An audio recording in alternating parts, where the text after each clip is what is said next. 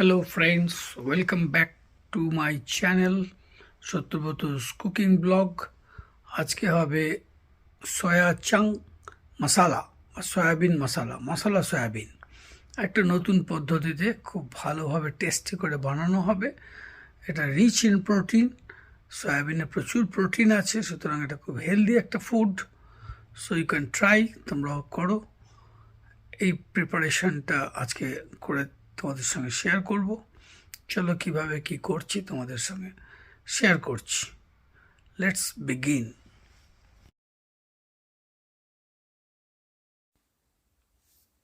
এই সয়াবিনগুলোকে প্রায় 10 মিনিট গরম জলে ভিজিয়ে রাখে, তারপরে এটাকে চিপে চিপে জলটা বার করে ফেলে দেওয়া হয়েছে। আর এদিকে মশলাগুলোর মধ্যে ধনে পাতা নেওয়া আছে 1 আটি, 3টে কাঁচা লঙ্কা, আর একটুখানি রসুন ছিল দিয়ে দিয়েছি, আদা নিয়েছি খোসা ছাড়িয়ে ধুয়ে, এরপর নিয়েছি পেঁয়াজগুলো একটা বড় সাইজের পেঁয়াজের হাফ নেওয়া হয়েছে, আর একটা হাফ কেটে রাখা আছে, ওটা পরে তেলের মধ্যে দিয়ে করা হবে। এরপর নেওয়া হলো টমেটো একটা গোটাই নেওয়া হয়েছে মিডিয়াম সাইজ। এটা একটা ছোট ইয়েতে নেওয়া হয়েছিল কিন্তু মিক্সচার গ্রাইন্ডারের কন্টেনারে, কিন্তু ধরেনি, এটা চেঞ্জ করে বড়টাই নিয়ে নিলাম।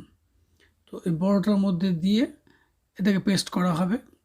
একটু জল দিলাম, দিয়ে এটাকে পেস্ট করছি। পেস্ট করার পর এর মধ্যে কী কী মশলাপাতি দিলাম তোমাদেরকে বলছি।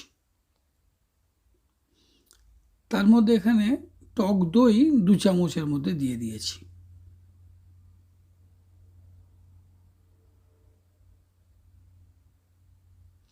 এবারে দেওয়া হচ্ছে 2 চামচ জিরে পাউডার,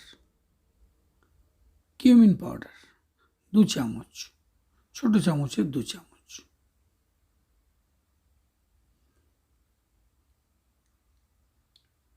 এরপর দেওয়া হচ্ছে ধনে, কোরিয়েন্ডার পাউডার, ধনেও 2 চামচ দেওয়া হলো, ছোট চামচের 2 চামচ। এরপরে টারমারিক, হলুদ দেওয়া হচ্ছে 2 চামচ।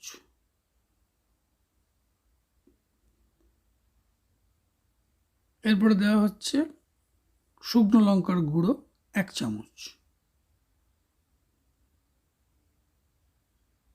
এবারে যাচ্ছে কাশ্মীরি লঙ্কার গুঁড়ো 2 চামচ।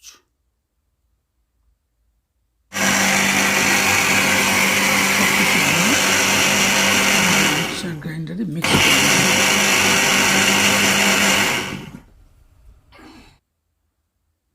এবার 3 থেকে 4 চামচ সর্ষের তেল নেওয়া হয়েছে কড়াইয়ে। তারপরে 2টো শুকনো লঙ্কা আর ওই কিছুটা পেঁয়াজ কুচানো ছিল, হাফ পেঁয়াজ, ওটাকে নাড়া হচ্ছে। এটাকে প্রায় 4 থেকে 5 মিনিট পেঁয়াজটাকে লাল করে ভেজে, আর একটা জিনিস বলতে ভুলে গেছি, লেবু একটু রস দিয়েছিলাম ওর মধ্যে। এবার এটাকে 5 থেকে 6 মিনিট পেঁয়াজটাকে ভালো করে নেড়ে, যখন বেশ ব্রাউন কালারের একটু আগের অবস্থায় আসবে পেঁয়াজটা, বেশি ফ্রাই করলে হবে না, এর মধ্যে ওই মশলা যেটা পেস্ট করা হলো সেই মশলাটা এর মধ্যে দিয়ে দেওয়া হলো। পুরো কোয়ান্টিটিটা দেওয়া হচ্ছে না, মানে সয়াবিনের যতগুলো কোয়ান্টিটি আছে তার সঙ্গে রেশিও করে একটু রেখে দেওয়া হচ্ছে, একটু অন্য প্রিপারেশন করা হবে ওটা দিয়ে। তো মোটামুটি ওটা একটা আন্দাজ মতো কতটা দিলে মশলাটা বেশ ভালো মশলা হবে সেটা একটু আইডিয়া করে নিতে হবে। এটা একটু কষা কষা হবে। তো এইটাকে এর মধ্যে নুন দেওয়া হলো পরিমাণ মতো, 1.5 চামচ মতো নুন দেওয়া হয়েছে। এরপরে দেওয়া হচ্ছে চিনি 1 চামচ। তারপরে এটাকে ভালো করে কষতে হবে যাতে মশলাটা বেশ ভালো করে মিশে যায়, মশলার ফ্লেভারটা, কাঁচা গন্ধটা যাতে বেরিয়ে যায়। কিছুক্ষণ এটাকে ঢাকা দিয়েও করেছিলাম আমি, সেটা দেখানো হয়নি। কিছুক্ষণ প্রায় 5 থেকে 6 মিনিট এটাকে নাড়ানাড়ি করে কাভার দিয়ে ঢেকে রেখেছিলাম 3 মিনিট। তারপরে কভার তুলে আবার কিছুক্ষণ নেড়ে দিয়েছি। ভালো করে এটা যত কষা হবে তত টেস্টটা বেশি ভালো আসবে। এই মশলার কোয়ান্টিটিটা এই নিউট্রি নাগেট বলে, কেউ সয়াবিন বলে, সয়া চাং বলে, এটার উপরে ডিপেন্ড করে করতে হবে।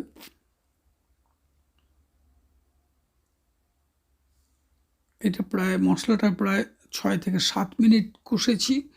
ঢাকা দিয়ে আরও 3 মিনিট কষা হয়েছে। প্রায় 8-9 মিনিট মতো মশলাটাকে কষতে হয়েছে। মশলা কষা শেষ হয়ে গেল। এবারে নিউট্রি নাগেটসগুলো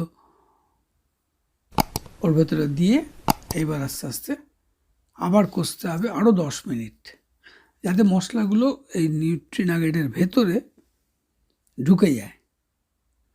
আর কোনো জল এর মধ্যে অ্যাড করা হবে না, এটা কষা কষা রান্না হবে।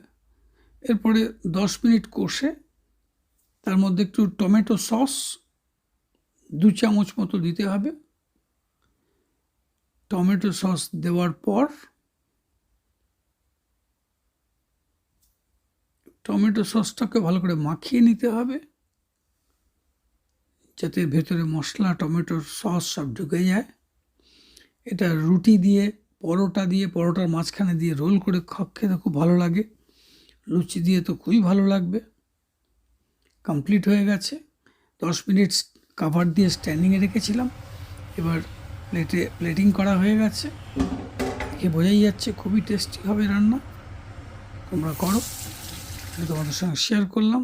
আবার নতুন কোনো ভিডিওতে তোমাদের সঙ্গে দেখা হবে। ততক্ষণের জন্য বাই বাই।